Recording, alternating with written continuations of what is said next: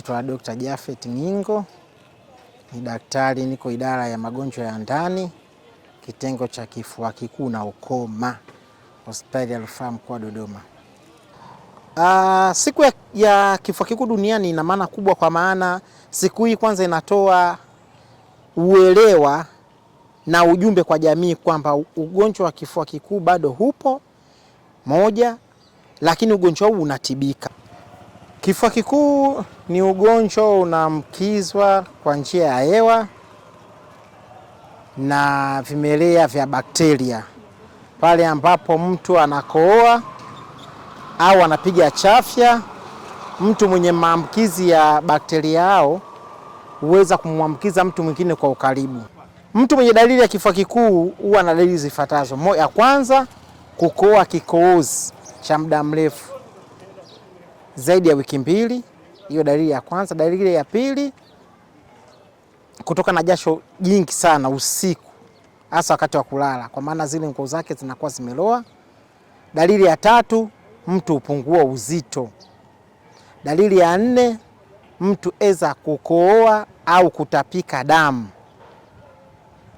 Ugonjwa wa kifua kikuu ni ugonjwa unaotibika, na mtu yeyote mwenye hizo dalili tunamshauri aende kituo chochote cha matibabu kilicho karibu, kuanzia ngazi ya zahanati mpaka hospitali ya rufaa sehemu yote Tanzania. Kule akifika, cha kwanza atapimwa makohozi. Kifua kikuu uweze kugundua, lazima kwanza mtu apime makohozi yake. Kwa hiyo tutafanya makohozi kwa awamu 2. Atapewa kikontena, atatoa makohozi kipindi ambacho amefika hospitali, na makohozi mengine atatoa asubuhi, ili kupima kuweza kuona viini vya ugonjwa huo. Na njia ya pili ni kupiga picha ya kifua, tunaita chest x-ray, kuweza kuona viashiria vingine vya ugonjwa huo kupitia picha ya kifua. Kifua kikuu ziko za aina 2. Kuna kifua kikuu hiki cha kawaida ambacho kinaambukizwa kwa njia ya hewa, tunaita pulmonary tuberculosis.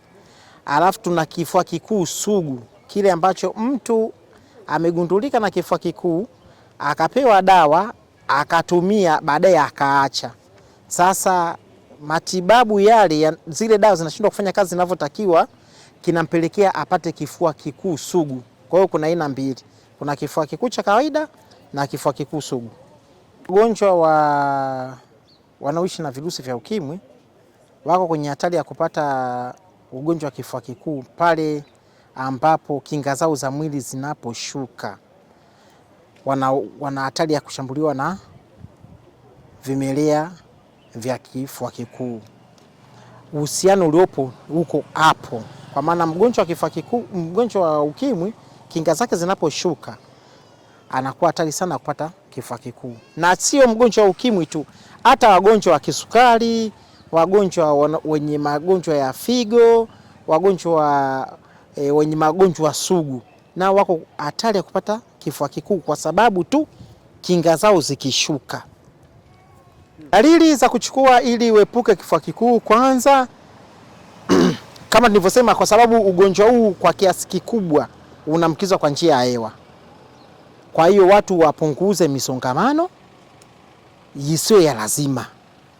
Sawa? Utapunguza maambukizi ya kifua kikuu.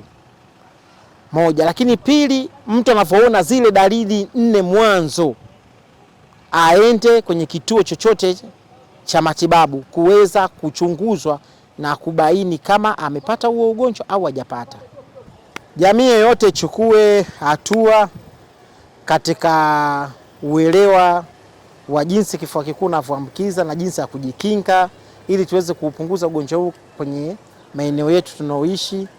Na pale ambapo familia au mtu wako wa karibu amegundulika na ugonjwa huu, basi wewe unaweza ukaenda ukatoa taarifa kwenye vituo vyote vya kutolea matibabu, ili mtu yule aweze kwenda kufuatwa na wataalamu wa afya, waweze kumfikisha kwenye kituo, wampime, wampe matibabu ya haraka, ili asiende kuambukiza watu wengi sana wanaozunguka kwenye hiyo jamii.